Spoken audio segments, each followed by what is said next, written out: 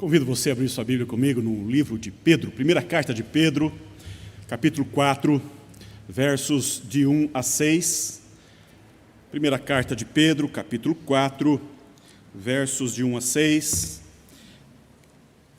Estamos estudando essa carta e a carta de Pedro fala sobre o sofrimento em meio às tribulações. E esse texto eu quero abordá-lo sob a perspectiva do abandono ao pecado e vivendo para Deus. Como enfrentar as falsas acusações e passarmos pelo sofrimento com fidelidade e identificação com Jesus Cristo, abandonando o pecado e vivendo para Deus, assim diz o apóstolo Pedro.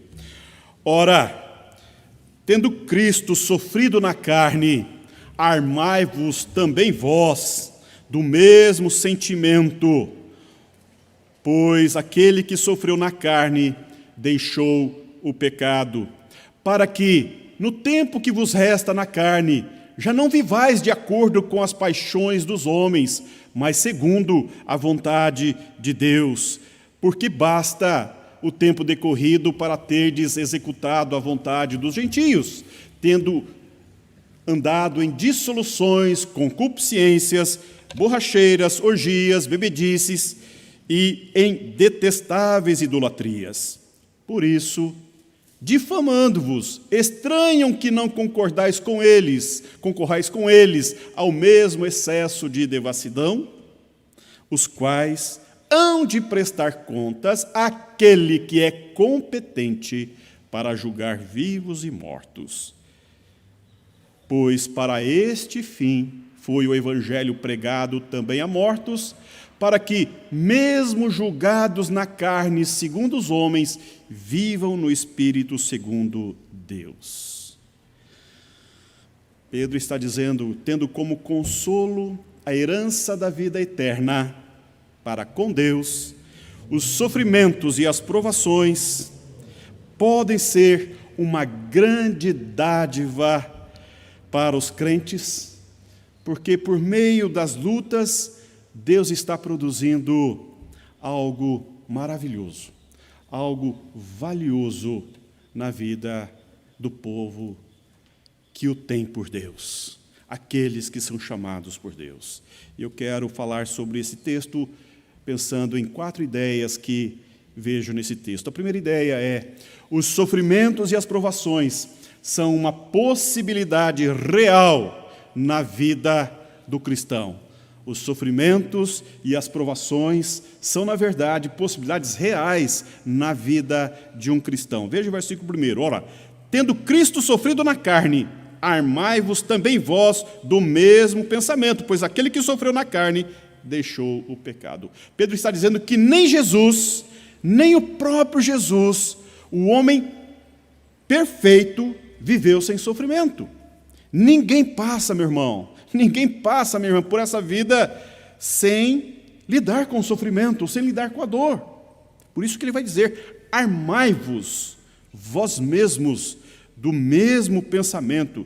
Que pensamento Pedro está chamando aqui para nós nos armarmos? Armar no sentido de pegarmos em armas, pegarmos é sentido bélico, vamos nos armar, vamos nos equipar de uma ideia, de um pensamento. Cristo morreu para o pecado. Ao levar o pecado para a sepultura, ele encerrou esse assunto do pecado. Ele acabou essa fase na vida dele. Ele sofreu pelo pecado e ele resolveu a questão do pecado. Quando ele ressuscita triunfante, glorioso, e vai servir a Deus. Diz Pedro: vocês são seguidores de Jesus, vocês são discípulos de Jesus, e já morreram com Ele para o pecado. Vocês também não têm mais nada, absolutamente nada a ver com o pecado. Agora, vivam para Deus. Esta é a ideia que Pedro está desenvolvendo aqui. Não podemos esperar uma coroa de louros, quando, na verdade, Jesus recebeu uma coroa de espinhos. O sofrimento faz parte da vida cristã. É um processo que todos nós passamos. Todos quantos desejamos viver sinceramente, honestamente, fielmente a vida cristã, passa por sofrimento. A segunda ideia, os sofrimentos e as provações possuem um propósito pedagógico. O sofrimento, Deus nos ensina, ao passarmos por lutas, ao passarmos por sofrimento, ao passarmos por provações, Deus tem em si um propósito para nos ensinar. Veja o versículo 2. Para que, no tempo em que vos resta na carne, já não vivais de acordo com as paixões dos homens, mas segundo a vontade de Deus. Segundo a vontade de Deus. O sofrimento na vida do cristão tem um poder de aperfeiçoamento. Ele nos aperfeiçoa, ele nos trata. Cristo venceu o pecado através do sofrimento, e Cristo usará as dificuldades para arrancar em nós a influência que o pecado exerce. É para esta finalidade. O sofrimento nos aperfeiçoa, como diz Tiago. Ao passarmos pelo fogo, seremos purificados, seremos provados e sairemos fortalecidos e sairemos preparados. Deus está desmamando o seu povo do poder, da força que o pecado exerce na vida do crente. Então, meu irmão, o pecado tem também um fator pedagógico quando nós passamos por ele. E, em terceiro lugar, os sofrimentos e as provações promoverão em nós novos desejos, novas motivações. As lutas, as dificuldades criarão em nós um desejo de se submeter e viver para Deus, segundo a vontade de Deus, segundo a sua vontade, que, segundo Romanos, a vontade de Deus é boa, é perfeita, e por ser boa e perfeita, ela é agradável. Não há nada melhor para nós do que vivermos para cumprirmos o desejo que Deus planejou para cada um de nós. Portanto, tem essa finalidade. O sofrimento, a luta, a dificuldade nos aproxima da vontade de Deus. E, em quarto lugar, os sofrimentos e as provações, frutos da nova vida implantadas nos crentes. Veja o versículo 3. Porque basta o tempo decorrido para terdes executado a vontade dos gentios, tendo andado em dissoluções, concupiscências, borracheiras, orgias, bebedices e em detestáveis idolatrias. Pedro está dizendo que os crentes foram libertos de uma vida para satisfazer os desejos estragados pelo pecado. Nós não mais devemos viver apegado, vivendo no pecado. O pecado, portanto, é um acidente na vida do cristão.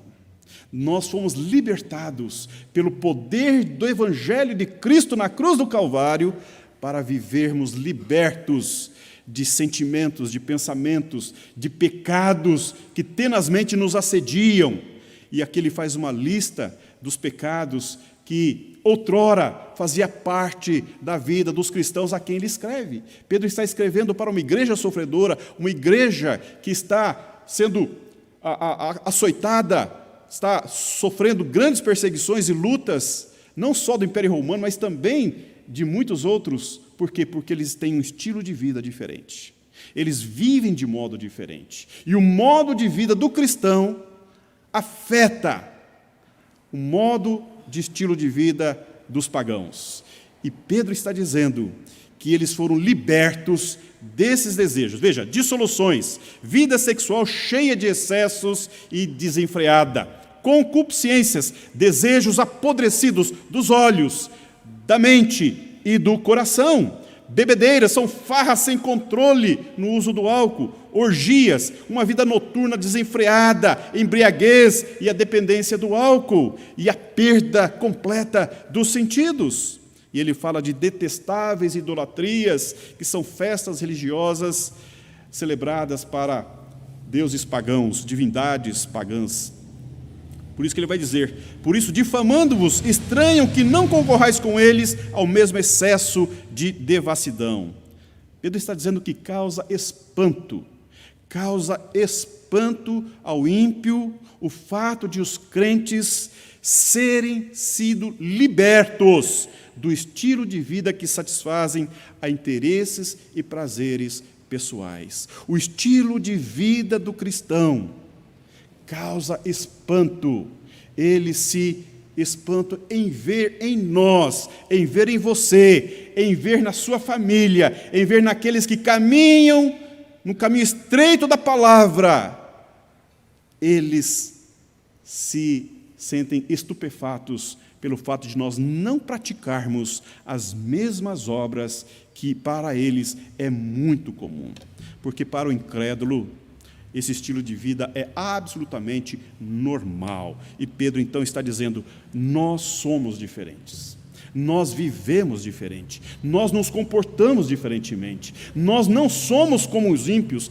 Deus em Cristo Jesus nos tirou do poder do pecado para vivermos para Deus. E esta vida que nós vivemos, ela é contracultural, ela agride a cultura. E esse é o estilo de vida cristão. Pedro está dizendo que o sofrimento traz também um testemunho para os ímpios de como Deus quer que nós vivamos. Que tipo de vida de fato faz sentido para a glória de Deus. E isto, claro, gera neles um profundo incômodo. E aí, o estilo de vida cristão serve de acusação às concupiscências dos ímpios que vivem, de fato, em decadência moral e espiritual. E o versículo 5 e 6, ele faz uma conclusão. Pedro está dizendo aos crentes uma palavra de consolo. Ele está consolando os crentes com duas gloriosas verdades. A primeira verdade que Pedro está trazendo é que os ímpios serão julgados. Esta é uma verdade bíblica. Esta é uma verdade que perpassa toda a revelação bíblica. O estilo de vida depravado, irreverente e alheio à vontade de Deus será confrontado e trazido a julgamento. E Pedro diz que aquele que justamente tem poder e autoridade para julgar vivos e mortos. Quem tem poder para julgar vivos e mortos? Aquele que morreu, aquele que viveu, aquele que foi ressurreto, Cristo Jesus. Um dia todos apareceremos diante do Cordeiro e Ele, ressurreto, glorioso, como juiz, julgará todas as pessoas. E os cristãos que então enfrentam calúnias, difamações e perdem seus bens, receberão então a justiça divina do justo juiz. Deus vê o sofrimento do seu povo e se levantará como justo juiz. E a segunda ideia é que os crentes receberão a vida eterna na presença do Senhor. Isso é glorioso. Isso é glorioso. Nós vamos ouvir daqui a pouco uma palavra do ensino da escola dominical sobre Apocalipse, capítulo 21, que fala exatamente sobre isso, sobre a vida vitoriosa dos crentes na eternidade. Os crentes devem permanecer fiéis, mesmo em meio às perseguições, pois que, ainda que morram vítimas de calúnias e difamações, viverão para todos sempre na presença de Deus. E aí, meu irmão, eu quero concluir com duas ideias. A salvação é o mais precioso estímulo para viver a santidade. A vida cristã é vivida com alegria, com grande estímulo, porque Jesus já nos salvou. A salvação como estímulo para a santidade. Pedro está chamando a atenção daquela igreja. Pedro, nessa manhã, chama a atenção da sua mente, do seu coração, para considerar a obra vicária de Jesus na cruz, por você e por mim. Hoje vamos celebrar a mesa do Senhor. Hoje vamos tomar parte na mesa do Senhor. E quando nós participamos da mesa do Senhor, nós relembramos e nós nos apropriamos desses elementos que representam a morte vicária de Cristo pelos nossos pecados. E toda vez, diz Paulo, quando nós participamos dessa mesa, nós santificamos o nosso coração e a nossa mente no sangue do Cordeiro derramado por nossos pecados. Então a salvação é para nós gloriosa, porque tem poder de também nos estimular para a santidade em Cristo Jesus. Quando sofremos qualquer tipo de represália, seja humilhação, abandono, ira, calúnia ou perda financeira por conta da nossa fé, não há razão nenhuma para nos assustar. As pessoas não compreendem, na verdade, a razão da nossa esperança e os resultados práticos da salvação. Há um ditado entre os crentes que diz assim: quem não vem pelo amor, vem pela dor. Vocês já ouviram isso? Quem não vem pelo amor, vem pela dor. Não é bem verdade, na verdade, esse ditado aqui não. Porque o mesmo sol que amolece a cera, endurece o barro. Não é verdade? O mesmo sol que amolece a cera, endurece o barro. Os ímpios, quando eles são confrontados pela dor, pelo sofrimento, pela penúria da vida, eles se tornam mais duros, eles escarnecem de Deus, eles, aborrecidos, eles propelam palavras ofensivas a Deus. Nós somos ceras, nós nos derretemos porque a graça de Deus opera em nós. É pela graça de Deus que nós nos convertemos, que nós nos arrependemos. Quando nós passamos pela dureza da vida, pelo sofrimento, pela dor, de um modo extraordinário, o Espírito de Deus move o nosso coração para vivermos santamente em gratidão diante de Deus. O joio, quando malhado, não produz o trigo, porque ele não tem em si a semente. Pense nisto. O joio não produz, quando ele é malhado, o trigo, porque ele não tem a semente. Assim também, Cristo está fazendo uma obra extraordinária na vida da igreja, mesmo em meio aos sofrimentos que fazem parte da vida cristã. Que Deus nos abençoe, que Deus te abençoe nesta manhã. Vamos passar, portanto, a participação